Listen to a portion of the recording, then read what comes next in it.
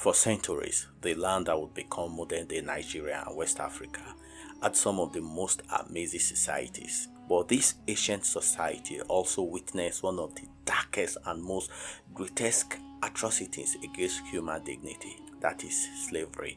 The spread of slavery and the growth of the slave economy moved like a cancerous plague across Nigeria and West Africa. These slave activities transformed the coastal villages and societies that were initially havens of family, culture, and freedom into hunting grounds for slavery. This inflicted wounds that have forever scarred the soul of the African continent itself. But the question is, what turned the unbreakable human spirit of these ancient societies into currency for the greediest transactions? Well, let's start from the very beginning.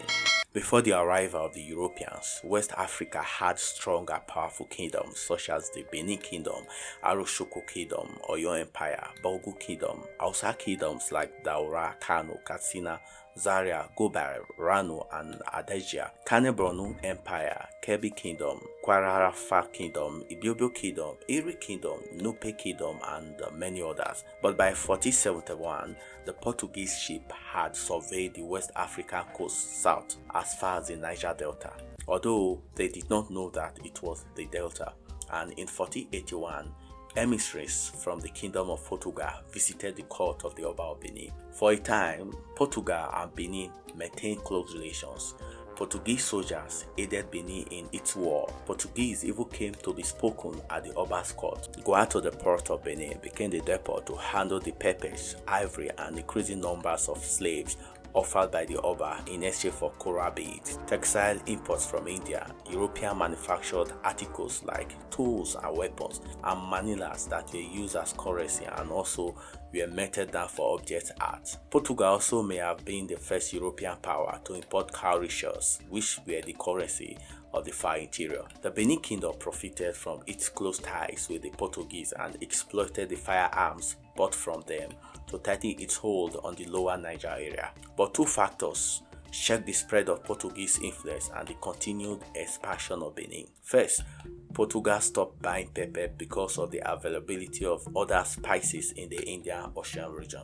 Secondly, Benin placed an embargo on the export of slaves, thereby isolating itself from the growth of what was to become the major export from the Nigeria coast for 300 years. Benin continued to capture slaves and to employ them in its domestic economy, but the kingdom remained unique among other kingdoms as it refused to participate in the transatlantic slave trade. In the long run, Benin remained relatively isolated from the major changes along the Niger coast. The Portuguese initially bought slaves for resale on the Gold Coast where slaves were traded for gold. For this reason, the southwestern coast of Nigeria and neighboring parts of the present-day Republic of Benin became known as the Slave Coast. When the Africa coast began to supply slaves to the Americas in the last third of the 16th century, the Portuguese continued to look at the Bight of Benin as one of its sources of supply. By then, they were concentrating activities on the Angola coast, which supplied roughly 40% of all slaves shipped to the Americas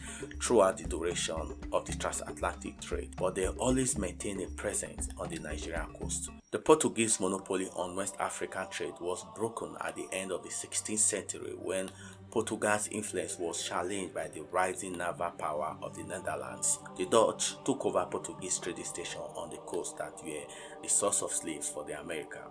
French and English competition later undermined the Dutch position. Although slave ports from Lagos to Calabar would see the flags of many other European maritime countries, including Denmark, Sweden, and Brandenburg, Britain became the dominant slaving power in the 18th century. Its ships handled 2/5 of the transatlantic traffic during the century. The Portuguese and French were responsible for another 2/5. Nigeria kept its important position in the slave trade throughout the great expansion of the transatlantic trade after the middle of the 17th century. Slightly more slaves came from the Nigeria coast than from Angola in the 18th century, while in the 19th century, perhaps 30% of all slaves sent across the Atlantic came from Nigeria. Over the period of the old trade, more than 3.5 million slaves were shipped from Nigeria to the American and Caribbean countries. What do you think about this story? Kindly share your thoughts in the comment below. Thank you.